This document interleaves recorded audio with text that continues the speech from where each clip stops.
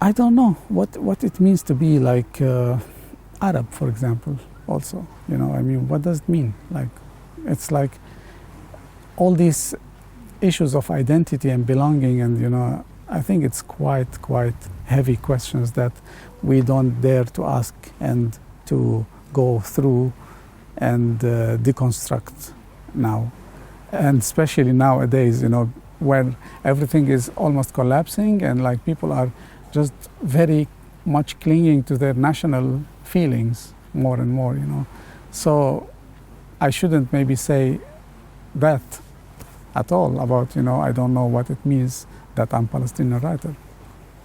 Well, it's definitely present because this book is mainly about people who lived under the war. Of course, all these features of the war are features that I lived myself, and I wanted to reflect the minimal elements of the war, just not really focusing much on the shelling itself, so every event becomes a detail, and then the main event is the human, the person, the character. It's something that I had to read, to write, to get rid of my memory, in a way. I tried not to reveal war in the mechanical sense, like to just diminish the elements of the war as much as possible and magnify the voices of the characters and their inner conflicts and outer conflicts as much as possible. Yeah, I think it's a very, very interesting relationship, and it's like how to manipulate tragedy through humor, while tragedy is usually manipulating to humans' emotions, because tragedy filters our emotions into almost one kind of emotion, the despair, very negative emotion, and it takes all our energy, our freedom. It takes this moment of contemplation to contemplate what's going on, to understand why, for example, we still have tragic moments in the 21st century as humans. Like, why are we obsessed with domination and abuse and possession and all these things?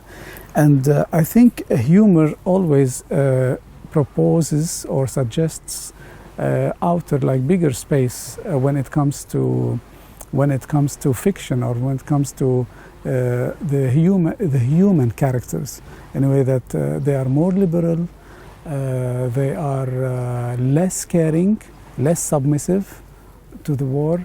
They are victors or victorious in some way, because when they decide to make fun under the authority of war, it means that they are kind of experiencing this moment of rebellion, or just for a moment they are not acknowledging this war anymore through humor. There are questions in probably psychology or science in general that will always be closer to assumptions than to definitions, in a way that the relation to the memory, for example, the characters of children, what happens in the children's minds. There are things that we still assume that they work like that, but we don't know exactly. And when it comes to the memory, I don't know what made this memory wake up suddenly, so violently, aggressively,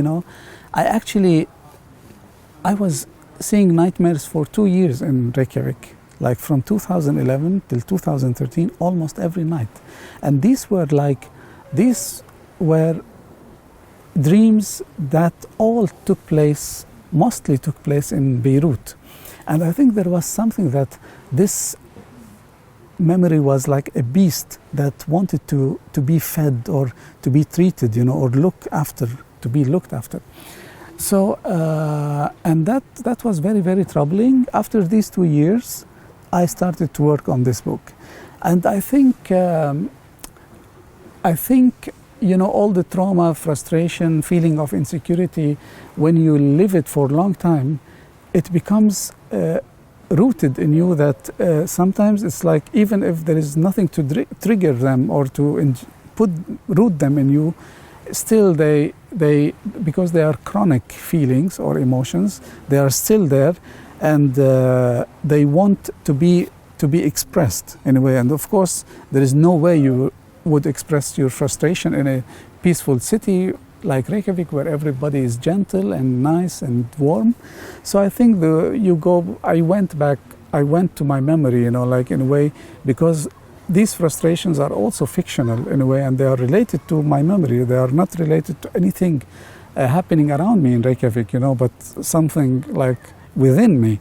So I think it was more convenient to put them back in, to take them back to where they belong, and then to treat everything again as a fictional or as a raw material for fiction.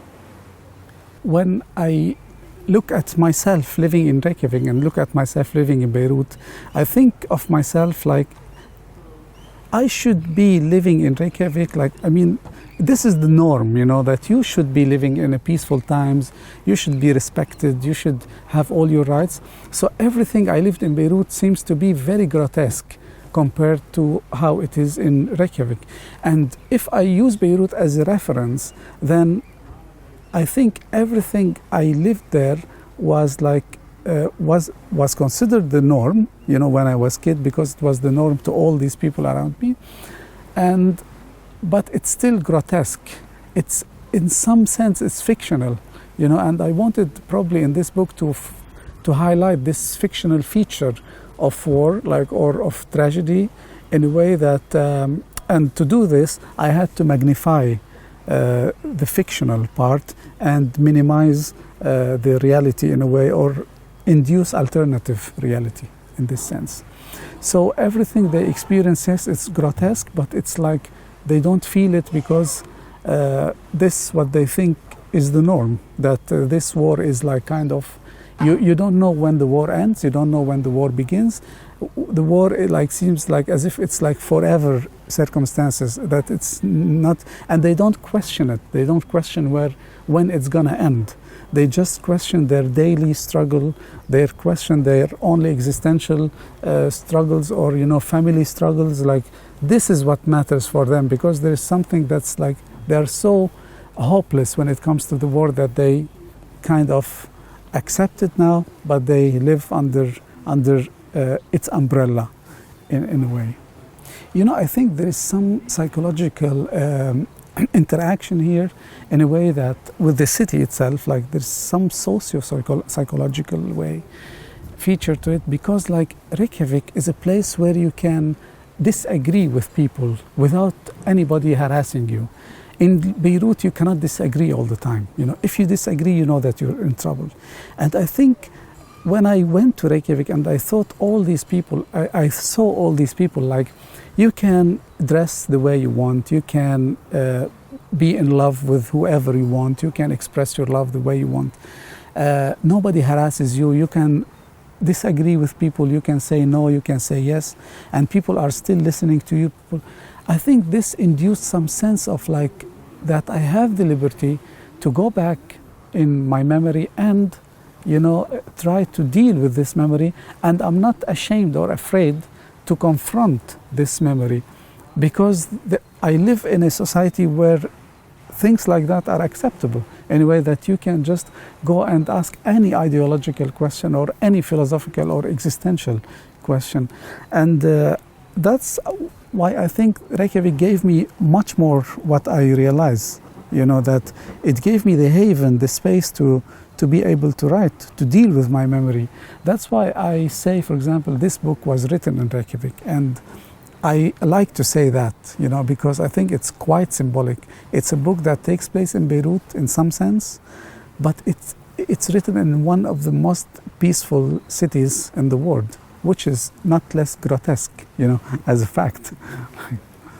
I think it's like I bounce between the two places. Even actually when I'm in Reykjavik, I'm thinking of Beirut and I'm following up with what's going on there.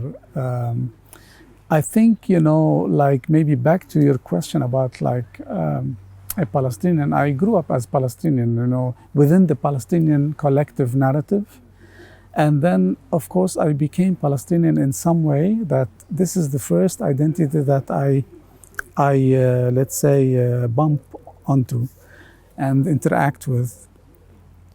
And then when it comes to places, you know, I never felt that Beirut is my city. And I think my Lebanese friends or the people there would be not offended at all when I say that, because this is the common narrative there, you know, that Palestinians should not feel that Lebanon is their country. But this is also not very humane and not very accurate, because when you live in a place for some time, you interact with it organically on a daily basis. It becomes part of your memory, and you become part of the memory of the place. So you cannot strip yourself out that simply. You know, you cannot be existing and non-existing in the place, in the same place. So yeah, I think physically I live in Reykjavik, and emotionally as well in some point. But also I'm partly living in Beirut, and until I really believe that Reykjavik is my city. You know, it's my city, but it's like still not my culture in a way. You know, I didn't grow up in Reykjavik. I'm fascinated by the culture there. It's like everything I dreamt of, you know, like Reykjavik, like human rights, you know, civil rights, freedom of expression, the right to disagree, yeah, all these things.